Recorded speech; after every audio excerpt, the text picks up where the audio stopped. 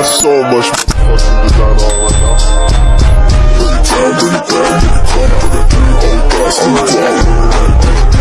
on right now. Assalamualaikum warahmatullahi wabarakatuh.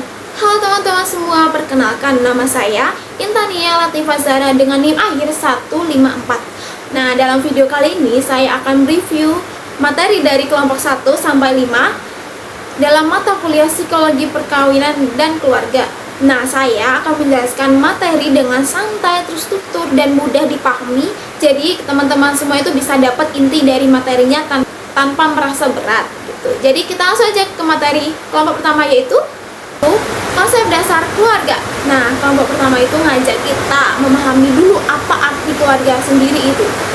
Nah, keluarga itu bukan sekedar orang yang tinggal satu rumah atau terikat dengan akta nikah aja, tetapi keluarga adalah lingkungan pertama yang membentuk diri kita, entah itu dari kepribadian, nilai, karakter, sampai cara kita menghadapi suatu masalah. Nah, dalam psikologi, keluarga itu dianggap sebagai sistem yang artinya setiap anggota itu saling terhubung. Nah, kalau ada satu anggota itu yang terganggu, misalnya kayak dia itu mengalami stres atau bermasalah, pasti akan mempengaruhi anggota lain. Nah, itulah mengapa komunikasi dan dukungan emosional itu jadi sangat penting dalam suatu keluarga. Nah, di kelompok 1 itu juga membahas tentang pola keturunan seperti patrilineal yang disebut dengan garis keturunan dari pihak ayah, kemudian matrilineal yaitu garis keturunan dari pihak ibu, kemudian milenial yaitu garis keturunan dari kedua-duanya atau kedua-duanya itu dianggap. Nah, selain itu ada pola tempat tinggal setelah menikah, yaitu tinggal dengan keluarga dari pihak suami yang disebut dengan patrilokal, kemudian tinggal dengan keluarga pihak istri yang disebut matrilokal, atau tinggal mandiri atau tinggal sendiri, kita cari tempat tinggal sendiri yang disebut dengan neolokal.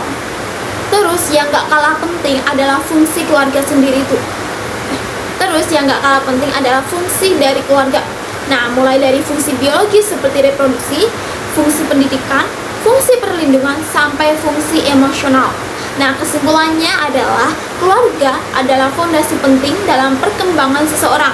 Baik buruknya lingkungan keluarga bisa berpengaruh besar pada kehidupan kedepannya. Nah, kita lanjut ke materi kelompok 2. Nah, kelompok 2 itu membahas tentang teori homogami, komplementer, dan ta'aruf.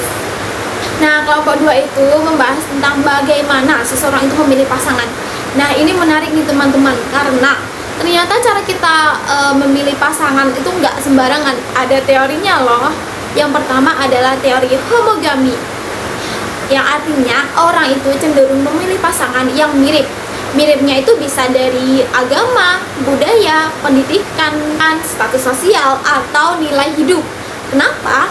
Karena kesamaan itu tuh bikin kita itu lebih gampang nyambung dan mengurangi konflik saat kita sudah menikah nanti. Yang kedua yaitu adalah teori komplementer. Nah, kalau yang ini tuh kebalikan dari teori homogami. Nah, di teori komplementer itu justru kita itu tertarik pada orang yang berbeda karena perbedaan itu tuh saling melengkapi. Kayak orang yang pendiam cocoknya sama orang yang aktif, atau orang yang logis itu tuh cocok sama orang yang emosional gitu. Nah, yang penting perbedaan itu tuh tidak bertentangan dengan nilai dasar kita. Nah, terus yang terakhir ada ta'aruf, yaitu cara kenalan yang sesuai dengan syariat Islam. Nah, ta'aruf itu bukan pacaran ya teman-teman, tapi proses perkenalan yang terarah dan bertujuan untuk menikah. Nah jadi ta'aruf itu tuh harus ada pendamping, fokus tanya hal penting untuk pernikahan, dan menjaga batasan. Nah, tujuan dari ta'aruf itu tuh bukan untuk PDKT panjang ya, tapi langsung memastikan kecocokan. Dari 3 materi ini kita belajar bahwa memilih pasangan itu harus dengan pertimbangan, bukan cuma penasaran aja teman-teman. Kemudian kita masuk ke kelompok 3.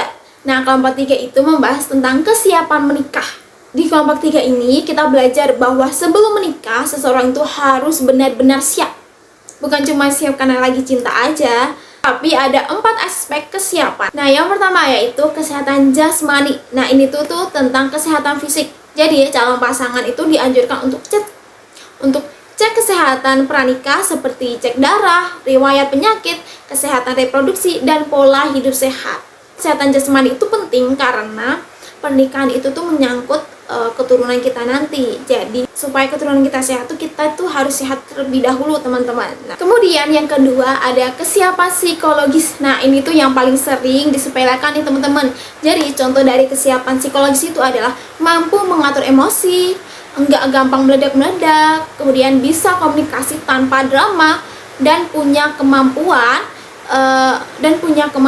menyelesaikan masalah dengan dewasa. Jadi itu saat kita menikah itu kita tuh nggak boleh childish ya teman-teman, kita harus berpikir secara dewasa. Nah, orang yang belum siap secara psikologis itu cenderung mudah terkena konflik setelah menikah. Begitu teman-teman. Nah, kemudian yang ketiga adalah kesiapan spiritual. Nah, ini tuh soal niat dan pemahaman agama. Menikah itu kan adalah ibadah, jadi niatnya itu tuh harus lurus, nggak boleh melenceng ya teman-teman. Nah, seseorang itu perlu paham peran suami istri menurut ajaran agama, serta membangun rumah tangga yang sakinah, mawaddah, warahmah. Amin. Nah, kemudian yang keempat adalah kesiapan finansial. Jadi, kita itu nggak perlu kaya raya ya teman-teman, tapi minimal stabil dan bisa mengatur uang. Yang penting, kita itu punya penghasilan tetap, kemudian terbuka soal keuangan, mampu membuka perencanaan ekonomi keluarga, itu ya teman-teman. Dan tanpa kesiapan finansial itu tuh sering muncul masalah setelah menikah. Nah, jadi kesimpulannya adalah menikah itu tuh bukan sekedar acara, tapi komitmen panjang yang butuh kesiapan lahir batin ya teman-teman. Oke? Kemudian kita masuk ke kelompok keempat, yaitu relasi marital dalam Islam. Nah, kelompok 4 ini tuh membahas tentang hubungan suami istri dari sudut pandang Islam. Nah, pernikahan itu kan disebut ikatan yang kuat atau disebut dengan mitsaqul ghalidha. Nah, tujuan pernikahan itu kan adalah membentuk keluarga yang sakinah, yang artinya ketenangan, mawaddah yang artinya cinta, dan rohmah yang artinya kasih sayang. Nah, dalam Islam, hubungan suami istri itu didasari dengan saling mengasihi, saling menghormati, saling menjaga, dan bermusyawarah ketika menghadapi sebuah masalah. Nah, kita masuk ke kelompok yang terakhir, yaitu kelompok 5, yang membahas tentang komunikasi dan qaulan ma'rufan. Nah, jadi kelompok 5 itu tuh kan membahas tentang komunikasi, yaitu fondasi utama dalam sebuah hubungan. Nah, komunikasi yang baik itu tuh harus jujur, terbuka, empatik, dan saling menghargai satu sama lain. Nah, ada beberapa teori komunikasi seperti teori sistem, teori pertukaran sosial, dan teori interpersonal. Nah, semua teori itu tuh kan menjelaskan bahwa hubungan yang sehat itu tuh butuh komunikasi yang saling mendukung satu sama lain ya teman-teman.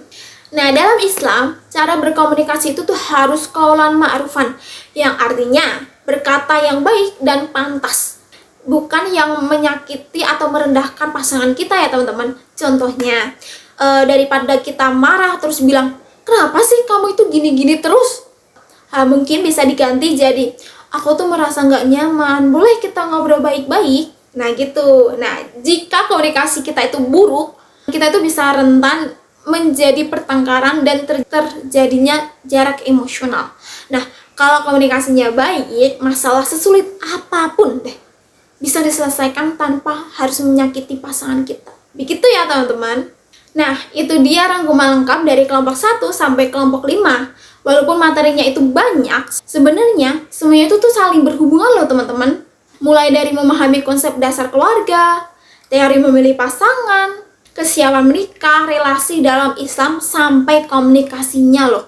Nah, semuanya itu tuh dibutuhkan biar keluarga itu tuh bisa berjalan harmonis dan bertahan dalam jangka waktu yang sangat panjang banget gitu. Nah, semoga video ini tuh bisa membantu kalian lebih paham dan siap menghadapi ujian ataupun kehidupan nyata nantinya. Nah, terima kasih sudah menonton video ini sampai akhir, dan jangan lupa untuk like, komen, subscribe, dan juga nyalain lonceng notifikasinya ya teman-teman.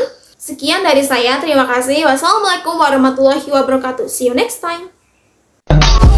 I just had to let you know you're